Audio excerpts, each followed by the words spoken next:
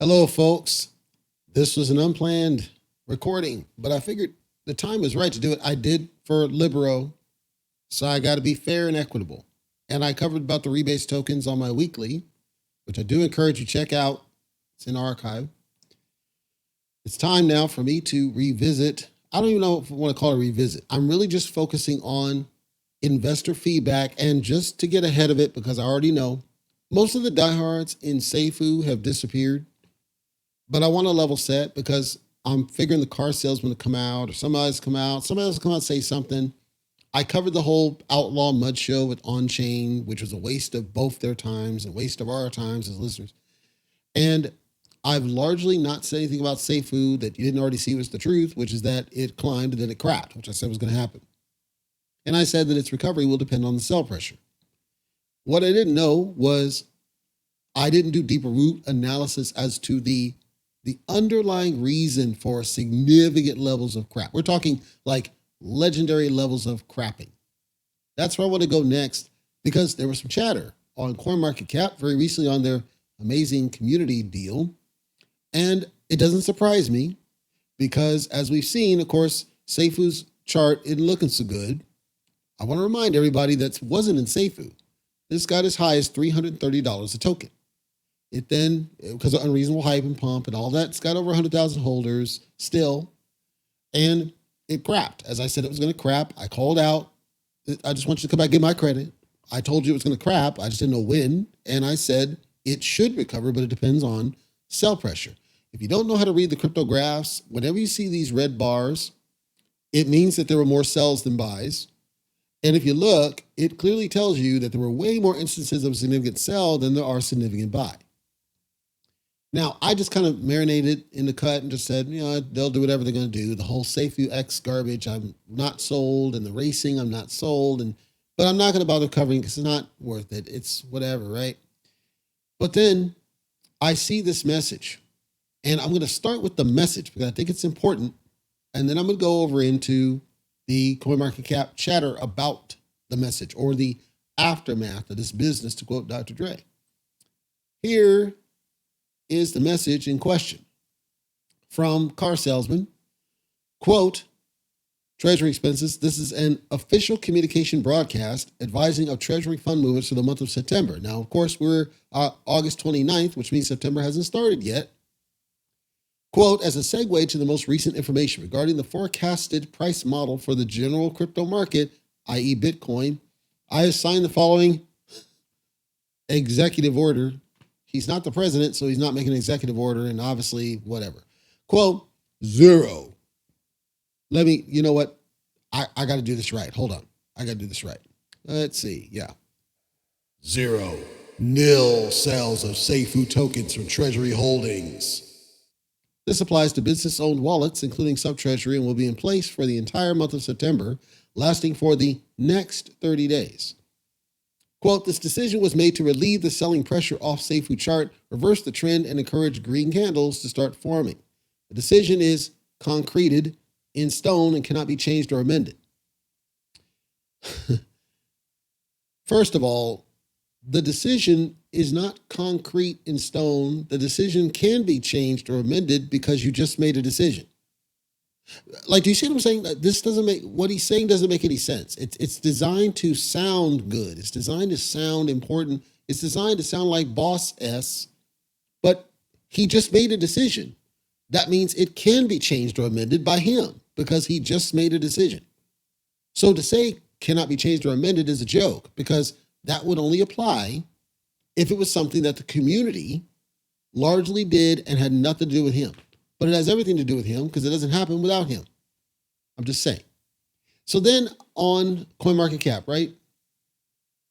I see this post from Eagle Eye Pump, and he's talking about a, quote, dump treasury. Now, of course, anybody that remembers the whole CertiK deal, they called out that the Car Salesman has access to the treasury wallet. And then CoffeeZilla's review said largely the same thing, that no, he has access to this business and it's going to be a problem.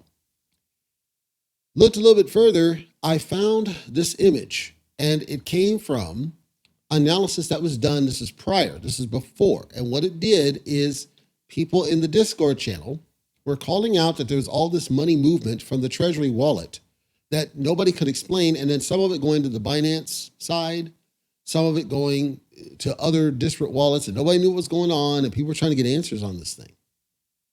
And when I say the Binance wallet, I'm talking about the Binance exchange. So now it gets even more weird. And so they did this comprehensive analysis. This was excellent work in what they called, and they said, yeah, about $16 million was sent. And what the heck do they need that much money for? And why are we forking BNB and adding rebases and all this other stuff with this much money? What's going on here? You should already have it baked into this over here. Now, the mystery kind of goes a little bit deeper. Car Salesman claims, quote, to all SAFUUians, in order to proceed forward with our blockchain development encompassing the aim to roll out a complete solution by July 2023, there are obvious costs associated to facilitate this. Quote, today we move the amount of $2,761.90 SAFUU out of the Treasury, which was subsequently converted to $420,999 Binance USD. This is the total amount required from our end to satisfy all operational and development costs from SAFUU blockchain. This was a one-off Treasury deduction. We do not see any forthcoming or future deductions to be made here on out. This was dated April. And the irony of this, and the reason I chuckled a bit, is that he bolded the total amount, all operational. So he calls out, we don't need to do any more spend. So the question comes, well, how do we get from 400,000 Binance USD to $16 million? There were posts in the Discord, and I don't know the exact dates of these, but I'm pretty sure this happened sometime, if not this month, then just prior, late July, where Car Salesman was calling out, basically, they're going to put a halt on Treasury sales, halt on the auto liquidity mechanism, basically take it to where anything that's part of the contract itself is not doing a sell because they're trying to mitigate the red. Sounds reasonable, right? Then he gives a deflection, a Chewbacca defense, and basically said, well, everything's down. Then he says, here's what it takes to run the business. Now, here's where it got really interesting. He says salaries, quote, Discord and core staff, so this is admins, mods, $46,515, marketing staff and devs, $162,116. These are current monthly amounts will increase as our team grows in expertise and numbers. Advertising budget significantly higher than their staff costs. Is this unusual? Not really, but it would be concerning if we knew that it wasn't working. Now, the initial shill marketing that was done, if it cost this much money to get to that pump and it wasn't sustained in what it was able to do, I would consider that a failure personally. Balance sheet blockchain, he calls out 1.5 million-ish. Marketing advertising, additional marketing advertising costs. So we're talking for the blockchain itself, $2 million. What's in the Treasury? $3 million. The insurance fund is $1 million. They paid for a London advertising, so that may be the initial shill, I don't know. Dubai, that's fine. As our current stance is, as we press forward and adapt to market conditions, these numbers could change slightly. Now, a couple things. Is the blockchain cost significantly high? Not really, but I think there might be a little bit more to it than what they needed to do, and maybe they went full throttle into this stuff. I don't know. Either that or whoever they went with is ripping them off. Because I know that in most cases, you can probably pull a blockchain for about $1 million off total with 95% of what you'd care for. I don't know all of what they plan to do. If they do plan to do it or whatever the quote they got, I don't see the quote, the document from wherever they asked for. So I don't have that answer. And then the marketing advertising cost being double, arguably close to double, not quite double, close to double what you have in the development cost. Now, here's where it gets red flag. If it's going to take you $1.5 million to develop the blockchain, and you're saying it's going to be $2.2 million to advertise this business, but you've got $3 million in the Treasury and $1 million in your insurance fund, which has a dedicated purpose, mind you, it would seem to me that you don't really have enough money to pay for what you're talking about doing, and you have to sacrifice something. Now, if Car Salesman were listening to me, I know he doesn't, but if he were, I would question why the marketing and advertising cost is so significant, because I would expect the marketing advertising cost to be roughly about a quarter of what he's got here. And being honest here, because normally what you do is you say, we're going to do some initial set advertising that's based on the core of what we're trying to do. And then we'll ramp up as we get more volume on the thing and we get more money in, and then we'll do additional campaigns. It may be that they're doing a total projection cost. I don't know why you would do that, because as he even says, things are subject to change. Okay, well, that's not so bad, but ultimately it still brings us back to this whole business of no sales. So in the other one, he says everything's Binance. He says Binance USD. Well, here the SIF is Binance USD. So is he planning to gut the SIF? If he is, that means your holders no longer have that safety net that was promised when you first pitched the token. He says there's only 800,000 in Binance USD in the Treasury. So there, $1.8 million is drastically shy of 3.7 million that you're estimating. Where's the rest coming from? I don't know. Maybe somebody in the community knows, because I want to stress, all I'm doing is reading what people have in Car Salesman's own freaking messages. I'm just saying what I see here, we got a bit of a problem. People are calling out. So then cryptocurrency on CoinMarketCap says, quote, SAFUU price update, Brian Legend, the car salesman. His official name is Brian Saylor. He changed his name. Stole another 300,000 this morning after announcing no Treasury sales for 20 days. That's this business. So this came out like on the 26th-ish, and then cryptocurrency came and he said, hey, look, he said it wasn't going to be no Treasury sales, but yet he took it out. Unexpected costs. It's evident the clown is funneling money now. Going down. User Jahan Khan is part of the diehards. We trust him. Stop fudding. User Goblin is a troll, essentially. RK Lee says, quote, your comments are credible, so consider you just joined. Barry, this other guy is him trying to defend his theft. And then, where's that beautiful one? User 0x Pro thinks that you're confusing two things. You're confusing two metrics, that it's the market cap that's being lost as opposed to actual money inside of this. And Crypto Maxi keeps saying, no, look, he's taken 16 million from the Treasury from the beginning. That was the initial screen I showed. Alligator, he took 16 million. Barry K says, no, he's not done anything to indicate a rug pull. It survived for months, and regardless of the FUD and whatever.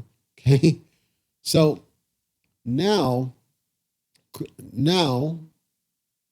here's this business, Rocket Now. He summarized it very well. He's got links. So if you're on CoinMarketCap, I do encourage you to check it out. Basically, Brian had deleted this, where he said he wasn't going to do any more sales. He deleted it, and then apparently had done another transfer of $300,000. That was the whole big beef. And I'm not in their community, so I'm going off what he said versus the transaction deal. And then, of course, that image I showed that showed all the different transfers off to wallets.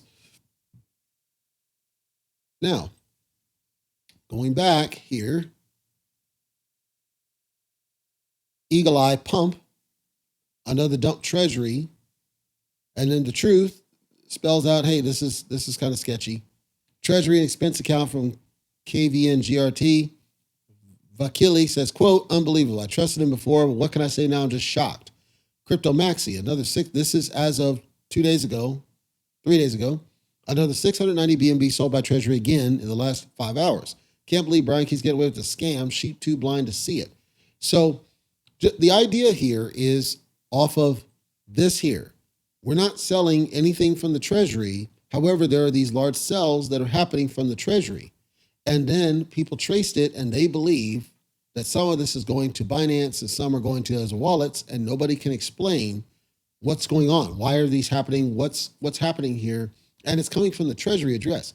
If you go back to the CertiK results that I called out in my video, their big concern was he had the keys to the Treasury wallet. Now, concern number one is how the sales are actually happening, going to, well, the transfers in this case, transfers of this going here, and any sales that are happening could only have been done by somebody who has the keys to said wallet.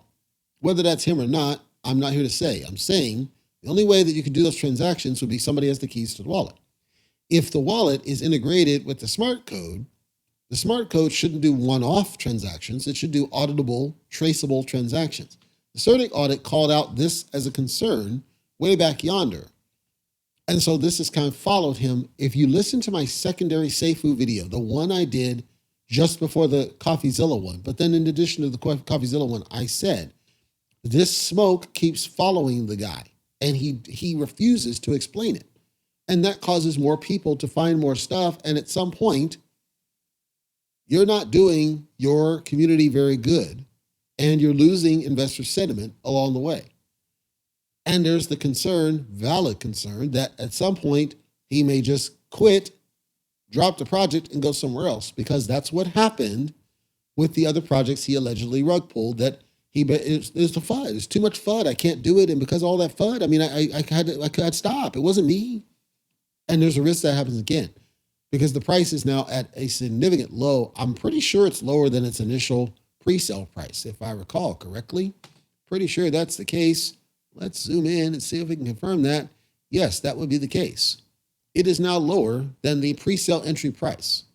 For everybody who's a SAFUU diehard, all I did was show screens of what people were saying and reiterated that CertiK called these out as risks when they kicked them off the CertiK audit. I further called them as high-level risks that they could happen when it started to crap, that eventually it might never recover, but also he might just take the money out.